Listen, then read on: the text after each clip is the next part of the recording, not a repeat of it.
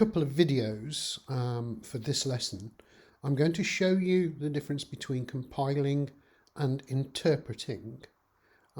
Try to put something practical your way. One thing that I've got to tell you is that this is not possible on the school computers, so that's the reason for the video. I'm going to give you a demonstration of a compiled language. So let me show you what I've set up. First of all, let's just minimize this. I've got Windows 7 running here, and I've also got a copy of, let's just minimize that. I've got a copy of Server 2003. Both of these are Windows operating systems, and in the background I have the Mac. And what I've done is I've set up one folder which is like a USB stick between the three machines, and it is called Win7 Share. So on here I've got Win7 Share. This is in 2003. If I go to Windows 7 Apache and look at the folders, I've also got one here called Win7 Share. So this is like a memory stick between them, and again I can do exactly the same in the Mac, and I've got the Win7 Share folder here. So I've created a folder inside here called compiler test files, so that I can actually write programs in different languages, put them in this folder, and it should be available to all three machines. Now the Win7, this one, has got Python installed on it, and it's also got Delphi installed on it, and Delphi is a language that the programs require compiling. Python, the programs are interpreted. On Server 2003, I don't have, although Delphi 7 is shown there, that's actually in the Win7 Share folder, I don't have Delphi installed, and I don't have Python installed. So neither of those programs are installed on this machine. And on the Mac, Python is installed, but obviously being a Mac, it's got no idea what a Windows program is. So with that knowledge behind you, and the reason why I've set things up, what I'm going to do is create a couple of programs, very simple. Not worried about the programming content, so you don't need to be. I'm just going to write a program that prints a message on the screen and says hello. So let's start off with Python, and let's write a program in Python. So I'm just going to type print hello year 11.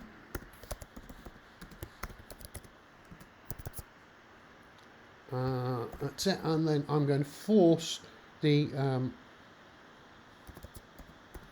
program to stop so that you can see it working. So value equals raw underscore input,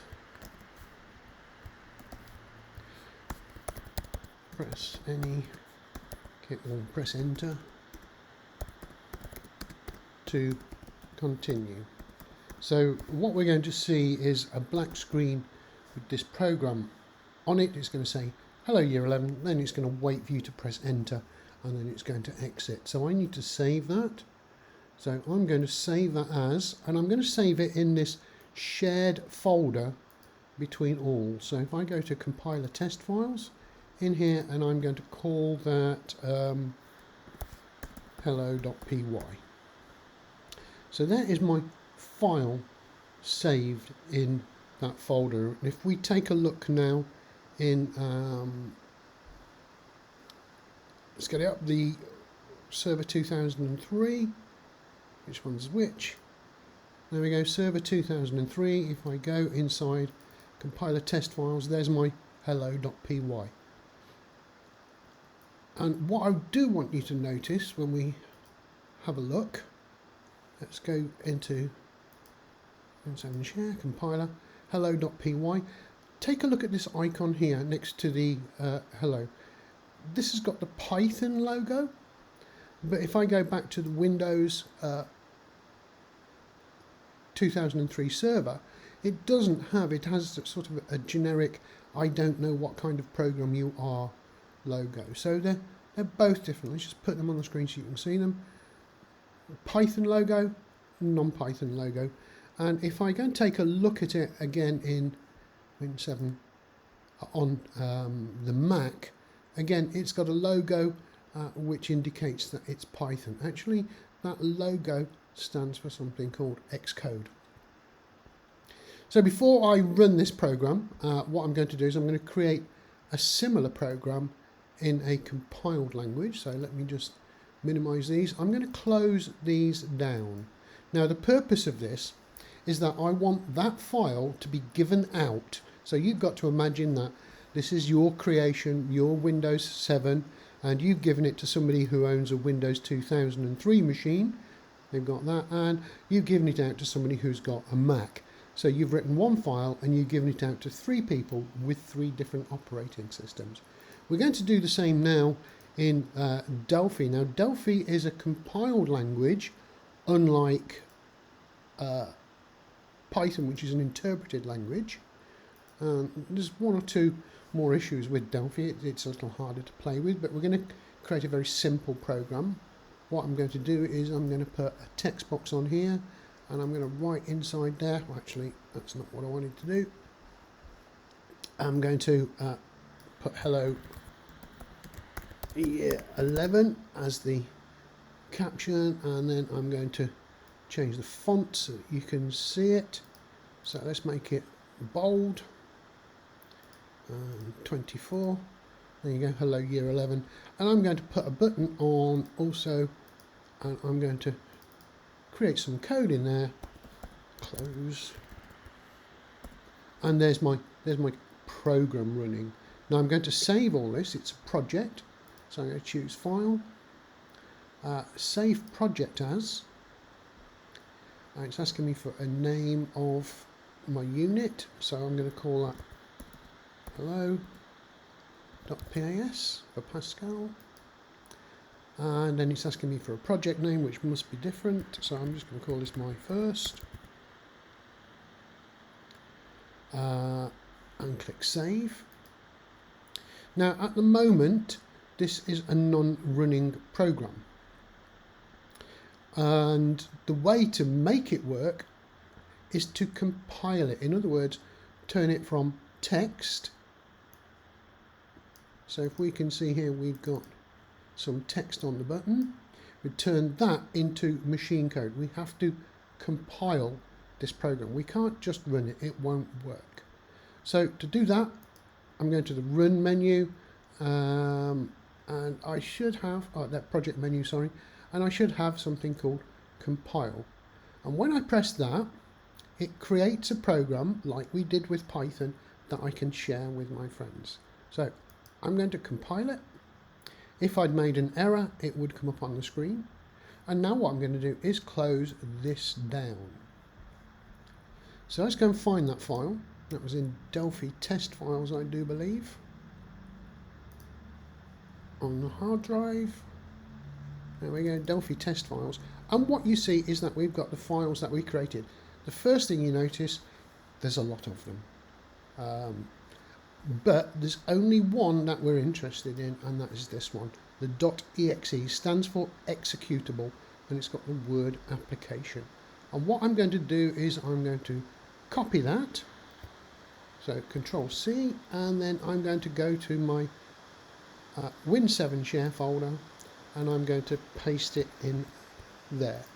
So now I've got hello.py and my first .exe, an executable, both in the same folder, and we can see that if I sort of refresh this page. This is quite difficult to refresh, it doesn't like to do it straight away. Let's go back into there, and there we go. On server 2003 I've got both files, and let's take a look again on the Mac. I have to come down here and find them. There we go. You can see I've got hello.py and my first .exe. So the Win7 share folder is now containing these two files written in 2 different languages. one interpreted, that's .py, and one compiled.exe. This is machine code, should only work on Windows. So first of all, let's just double click on this in Windows 7. So I'm going to run this program, hello.py, in Windows 7. Windows 7 has got Python installed. So if I go to all programs, we can see here I've got Python 2.7 installed. That's why it's got the logo, and it understands that it's there, so it should run the program. And there we go, hello year 11, press enter to continue, pressing enter, it closes down. Now I'm going to run this program as well, just like I did with hello.py, but this is an executable Windows. It's all machine code, there is no source code with it. So double click on my first.exe. Now I'm going to get one or two issues with this because it's an executable file, and computers tend to think of these as viruses unless you flag them as not. So it's asking me a couple of questions. It's probably going to give me a virus message. There we go, hang on, this file may contain something bad, which is why it's not on the school computers. So I'm just going to close that down. Whoops, there we go. And here I've got my program running, hello year 11, with the button, and when I click the button, it closes. So there you go. In Windows 7, I have two programs working. Now I'm going to hop over and do exactly the same thing in Server 2003. Server 2003 did not have Python installed. There is no Python, and there is no Delphi 7 installed. So both of these have been given to the user to play with, and if I double click on hello.py, it says we can't open the file, we don't know what it is. What it's asking for is for you to download Python for this program to run. So not only do you have to give away your source code, your program, you also have to tell the user to download Python to make it work. So let's cancel that because it won't work. And I'm going to double click on my first.exe, which is an executable. And we've got some virusy kind of messages again, saying that you have to be careful, but the program works. It does not require Delphi to be on the machine because it's a compiled Windows program. It's just machine code that works on Windows, and it will work on any Windows platform. And if I press the button, it should just close the window. There we go. So I didn't have to install anything to make this program work. To make the Python program work, because it's interpreted, I had to install Python, the interpreter. So I'm going to jump over to the Mac now, and I'm going to do exactly the same thing. First of all, I already know that if I double click on hello.py, it's going to open up in a program called Xcode. Maybe I ought to, there we go. I have to minimize these windows to be able to see what's behind. So actually it's not run it, but it's allowed me to see the code. Hello, year 11, press enter to continue. But actually it will run if I start up the Python app, and on here I have to go to applications and go and find the Python app, idle, there we go, and then choose file and open. Navigate to that folder, which is Win7 share, compiler test files, there's my hello.py. Notice that my first.exe is grayed out. Click on open, and then I can actually run this program on the Mac. Because the Mac has Python installed, it knows what to do with the program. However, Mac does not have, oops, shut down too much. Mac does not have Windows installed, so it will not run at all my first.exe. So if I double click on that, it will just say you can't open it because it's a Microsoft Windows application. So that is writing an interpreted program. So if you give your nice little file away to people, you've also got to tell them to download the interpreter. This is an executable file, which is just machine code. You can write it in Windows. It will run on any Windows machine. Because it is compiled, you do not need to download any extra software. That is the same for designing programs for Android phones or iOS phones. They are compiled. You give away the file and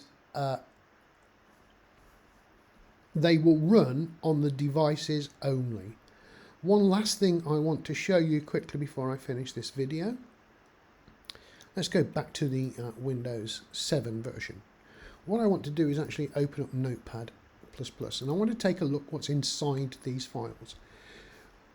The useful part about compiling programs is the fact that you're not giving away the source code. Nobody can see how you wrote your program. It's called information hiding.